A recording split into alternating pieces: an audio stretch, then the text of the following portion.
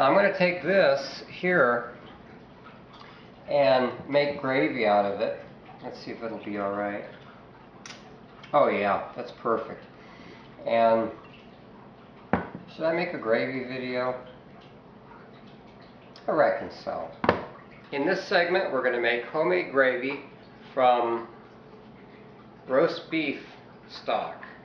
You start out with cooled beef stock. If it's hot, your gravy will go lumpy.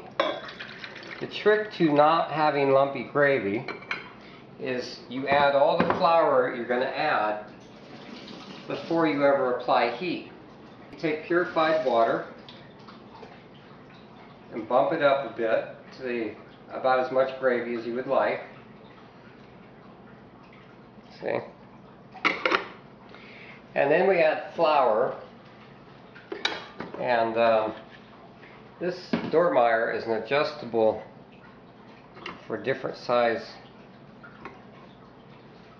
pans. But you go ahead, that's on power level 1.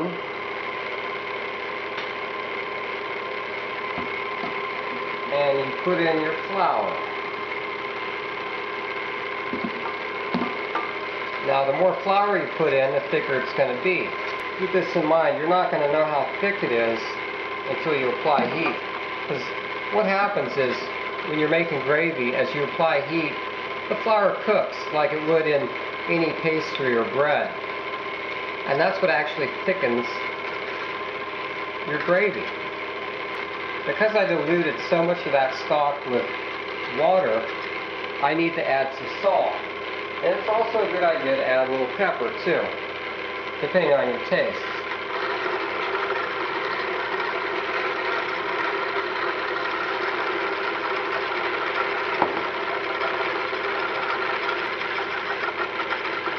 I just put in about a tablespoon of pepper there. I kind of like my stuff spicy, I admit.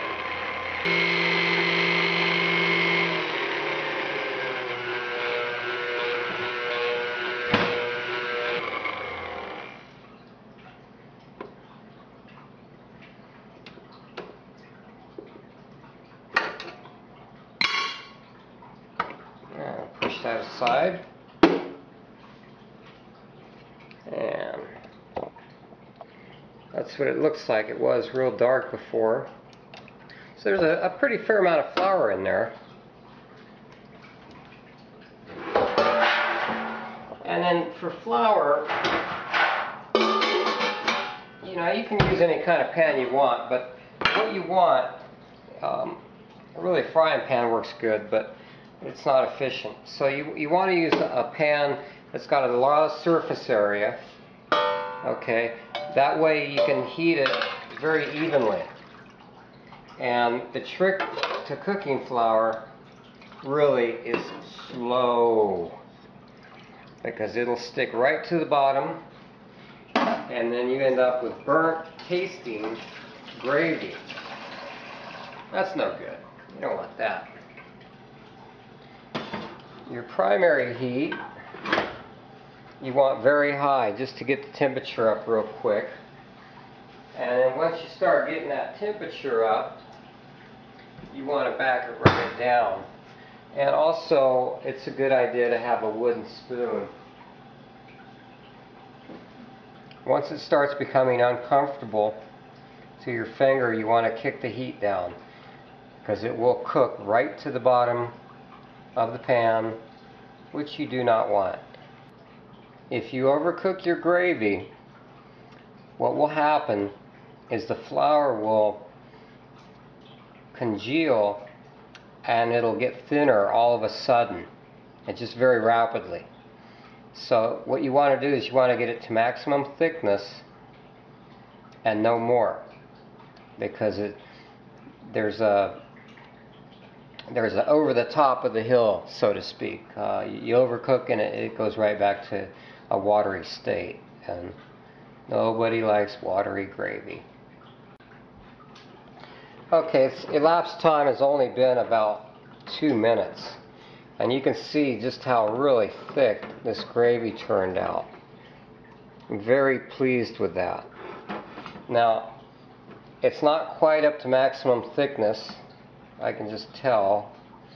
It's, I hate to say it, but it's one of those things that is an acquired talent. But once it starts bubbling, which it has not, then you're at boiling temperature, and that's really the time you want to take the heat off, because then you're at maximum thickness, which we're very close to right now.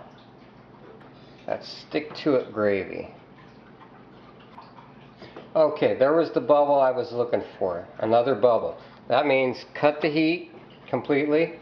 We're at maximum thickness. See the steam rising off? Well, maybe not. I don't know how good this camera records. But that gravy is at terminal thickness, which is pretty thick, really.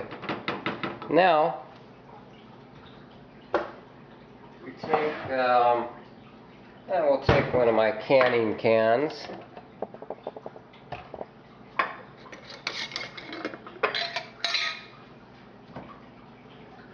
And which, I guess this one is the one to use.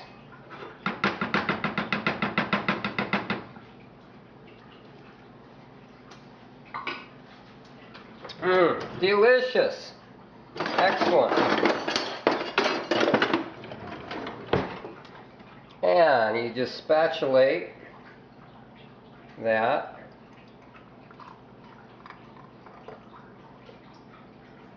Right in to your container. And this will keep, oh my goodness, for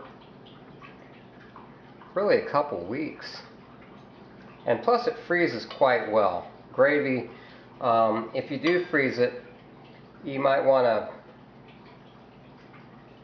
put it in a blender to regain that creaminess before you reheat it. But other than that, it'll freeze just like any other product. And there you have it. Just a little over half a quart of very delicious, very thick gravy.